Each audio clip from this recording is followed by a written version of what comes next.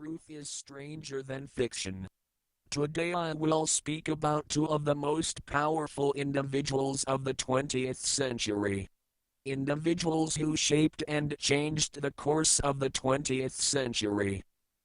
Winston Churchill was a strong Prime Minister of United Kingdom during the Second World War.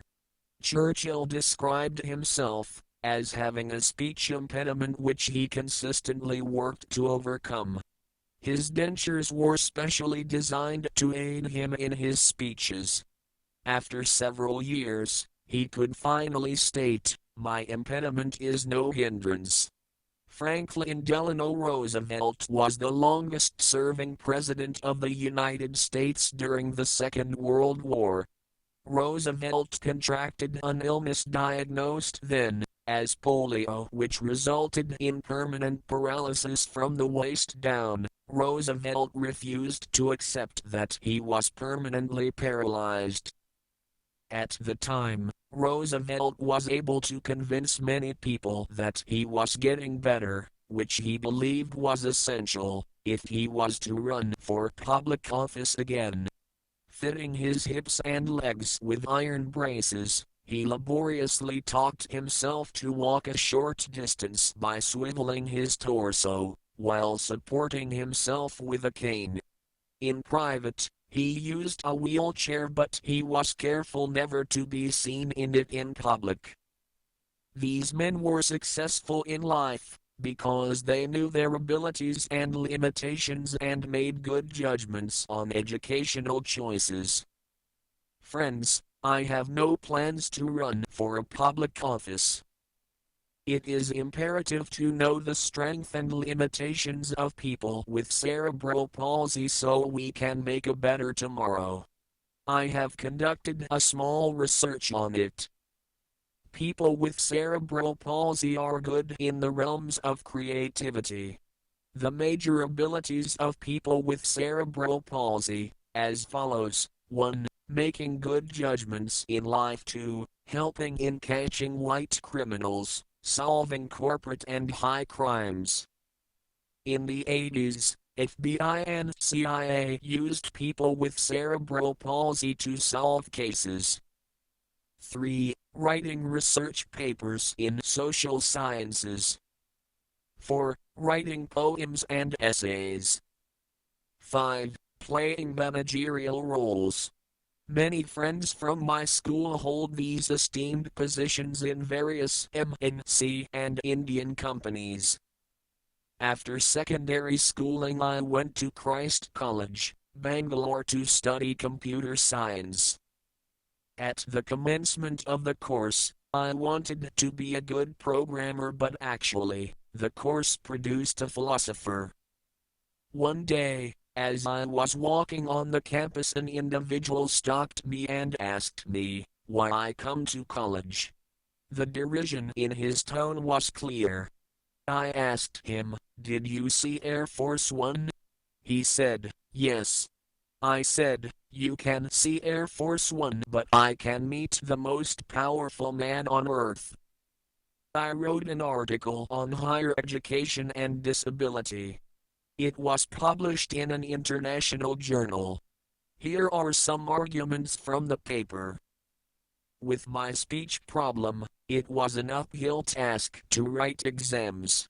Many of my friends from spastic society are facing similar problems in colleges and are unable to showcase real talent. When I entered the pre-doctoral course, faculty of research were surprised at my assignments, because I was able to produce high-quality research work without exams. In fact, many published research papers questioned the pedagogy of exam-based learning in higher education in the global context. Many research papers showed pedagogy of exam-based learning is very good for middle and high schools, but lose relevance from there on. There is new pedagogy of problem-based learning (PBL), where students are given complex problems to solve. In PBL classes, Students work in teams to one or more complex and compelling real-world problems. They develop skills in collecting, evaluating, and synthesizing resources, as they first define and then proposes a solution to a multifaceted problem. In most PBL classes, students summarize and present their solutions in a culminating experience. The instructor in a PBL class facilitates the learning process by monitoring the progress of learners and asking questions to move students forward in the problem-solving process. In the past decade, Indian primary schools have adopted action-based learning for children to learn new words and new concepts. I am requesting Indian universities to adopt the pedagogy of problem-based learning, and the fruit of PBL is not only for disabled students but also for so-called normal students. Paper presentations and publications. Presented a paper called "What are appropriate post-secondary courses for students with disabilities" at International Conference in Innsbruck, Austria. Presented a paper on corporate governance and stock returns at Doctoral Conference at Indian Institute of Management, Ahmedabad. This paper will be examining the relationship among corporate governance, performance of firm and stock returns of Indian information technology companies. Corporate governance can be decomposed into board size, chairperson/GIA or separation of chairman/CIA, number of outside directors on the board, age of members and number of board meetings during a year. Performance of firm can be decomposed into operation income and profit before interest. Stock returns will be a dependent variable and corporate governance and performance of firm will be independent variables. Researcher will be using correlation and regression to test the relationships among variables. The study period is from 2000 to 2012. Study of stock market's reactions to announcements of mergers by information technology mid-cap companies. It was published in Indian Journal of Finance. In this paper, I used Thomas Kuhn's philosophy of science to critique semi-strong form of efficient market hypothesis. This paper will be studying the stock market's reactions to announcements of acquisitions in Indian mid-cap information technology sector by using event window method in the framework of semi-strong form of efficient market. This paper has a simple question: that does stock market react irrationally to announcements of mergers in mid-cap information technology sector, as result of which there could be abnormal returns for investors and possible explanations for the same. Mid-cap stocks are not efficiently priced all around the world, and number of papers has supported this.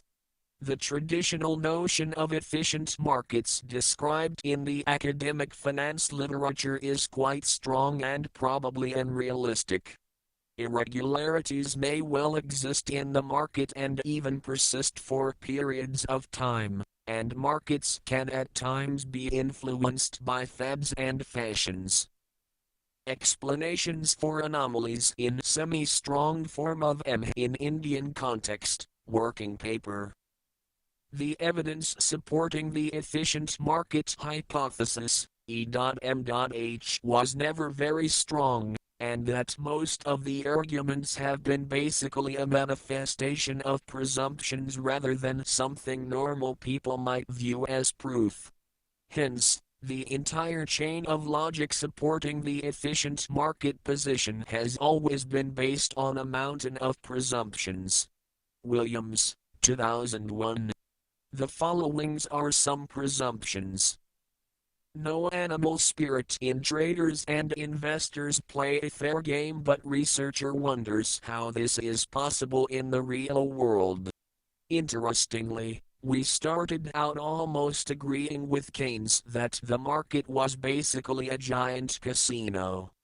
Although we believe markets are somewhat more efficient today. Williams, 2001. In other words, animal spirit in traders and investors causes price manipulation around announcement dates of earnings. Other achievements: created the previous logo for Mindtree Limited. For this, I was invited by CI and Mindtree to meet with visiting United States of America President Clinton in 2000. At the end of Bachelor's in Computer Application course, I wrote a poem.